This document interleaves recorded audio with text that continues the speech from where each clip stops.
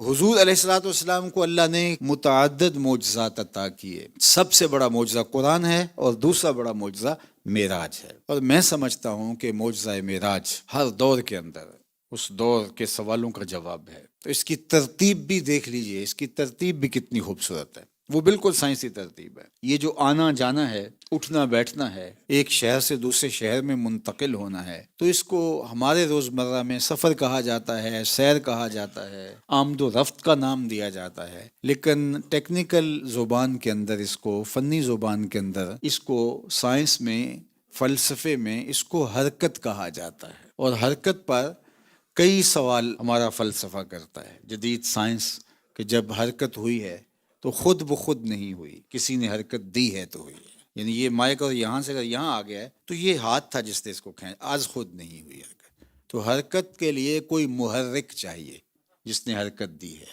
اور جس کو حرکت دی جا رہی ہے اس کو متحرک کہتے ہیں کہ اس نے حرکت کی ہے. محرک کون ہے، متحرک کون ہے، پھر حرکت کب ہوئی ہے، پھر حرکت کہاں سے ہوئی ہے، حرکت کہاں تک ہوئی ہے، وجہ حرکت کیا ہے، زمان حرکت کیا ہے. یہ سارے سوال فلسفہ اٹھاتا ہے. کوئی معمولی حرکت ہوتی. اب ذرا اس آیت کریمہ کو آپ اس تناظر میں دیکھیں تو محرک کون ہے، سبحان الذی اسرا، اور متحرک کون ہے، بعبدہ. زمان حرکت کیا ہے، لیلن. مبدأ حرکت کیا ہے، من المسجد الحرام. منتہائی حرکت کیا ہے، الی المسجد الاقصی. وجہ حرکت کیا ہے، لنریہ من آیاتنا. تو اس ایک آیت کریمہ کے اندر، ویسے میبزی اور ہماری جو فلسفے کی ابتدائی کتابیں ہمارے طلباء بھی پڑھتے ہیں، اور اس میں انہوں نے ساری ابحاث کی ہیں کہ حرکت بطی بھی ہوتی ہے، حرکت سری بھی ہوتی ہے، وہ ذاتی بھی ہوتی ہے اور عرضی بھی ہوتی ہے. یعنی کئی اعتبارات سے قسم حرکت کی. اس میں ایک قسم ہے حرکت ذاتیہ اور ایک حرکت عرضیہ. مثال کے طور پہ میں چل کے جہاں سے آیا ہوں یہاں تک آیا ہوں، یہ میری حرکت ذاتی تھی. لیکن میں آیا ہوں تو میرا کوٹ بھی میرے ساتھ آیا ہے، تو یہ تو چل کے نہیں آیا، لیکن جتنی رفتار سے میں اتنی رفتار سے ہی آیا. تو میری حرکت جو تھی وہ ذاتی تھی، اس کی حرکت عرضی تھی. اب معراج کا جو واقعہ ہے فلسفے کے اعتبار سے، سائنسی اعتبار سے، تو یہ حرکت بالذات تھی یا حرکت بالعرض تھی. اچھی طرح سمجھیں کہ اس کے کئی مراحل ہیں.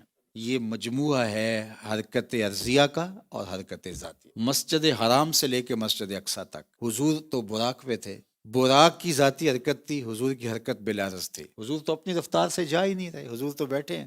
یہ تو براق کی رفتار ہے. اور براق کی رفتار کتنی تھی، جہاں اس کی نظر جاتی تھی وہاں اس کا قدم جاتا تھا. اور براق سر سے لے کر پاؤں تک نور تھا. میرے اور آپ کے 6 فٹ کے وجود میں 2 آنکھیں، 2 آنکھوں میں سیاہ دائرے، سیاہ دائروں کے اندر 2 نقطے، اس میں روشنی ہے. بس اتنے بڑے وجود میں اتنی سی روشنی. لیکن اس کا عالم کیا ہے، ایسے نظر اٹھاؤں تو چاند سورج کو دیکھ لو. یہ اس کی نظر کا کمال ہے جس کے اندر صرف اتنی سی روشنی ہے. اور جو سر سے لے کر پاؤں تک نور تھا، اس کی نگاہوں کا عالم کیا ہوگا، وہ کہاں تک دیکھتا ہوگا. اور جہاں اس کی نظر جاتی تھی وہاں اس کا قدم جاتا تھا. یہ اس کی رفتار. یہ حضور کی ابھی ذاتی رفتار شروع نہیں ہوئی، یہ تو حضور کی رفتار بالعرض ہے. کون سمجھ پائے گا. اب یہ حضور کی سیر بالعرض ہے، براق کے اوپر حضور سوار ہے. ابھی تو اڑا ہوگا تو مسجد اقصیٰ آ گئی ہوگی. اور میں ابھی ایک سفر پہ تھا تو جہاز لینڈ کیا ہے، ہمیں 20 منٹ پہلے بتا دیا تھا کہ آپ بیلٹ باندھ لیں، ہم اترنے لگے. آہستہ آہستہ آہستہ آہستہ اترے گا. ایک دم اگر اتاریں جہاز کو تو کرش ہو جائے گا، چونکہ رفتار اتنی تیز ہے. اب یہ کیسا شاہ سوار تھا کہ مکے سے اڑے، مسجد اقصیٰ آ گئی، فوراً اتار لیا. اور جہاز کی کھڑکیوں کے ڈبل شیشے ہوتے ہیں کہ اگر ہوا اندر آ جائے تو ہوا کی مزاحمت کوئی گوارا نہ کر پائے.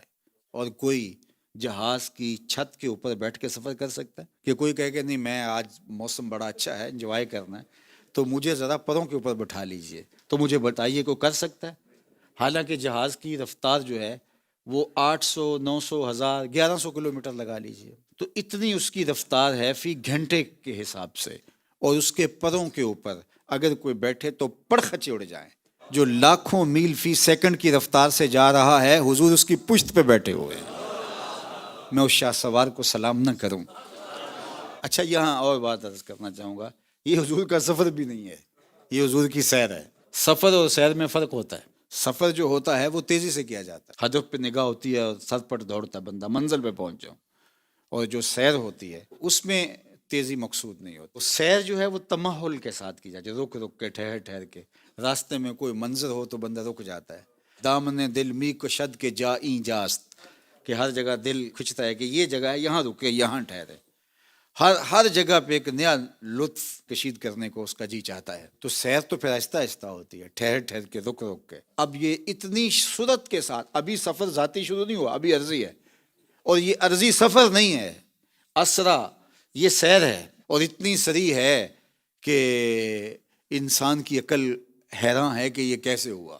ویسے لیلن کے اوپر جو تنوین ہے علماء نے کہا یہ تنکیر کی ہے، جو تقلیل وقت کے لیے آتی ہے. یعنی مطلب رات بھی پوری نہیں تھی، رات کا بھی ایک مختصر ترین لحظہ تھا جس میں حضور گئے بھی ہیں اور پلٹ کے آئے بھی ہیں. یہ سفر نہیں، یہ سیر ہے. اور یہ ابھی سیر عرضی ہے. اور مجھے بتاؤ جس کی سیر کا عالم یہ ہے، اس کے سفر کا عالم کیا ہوگا؟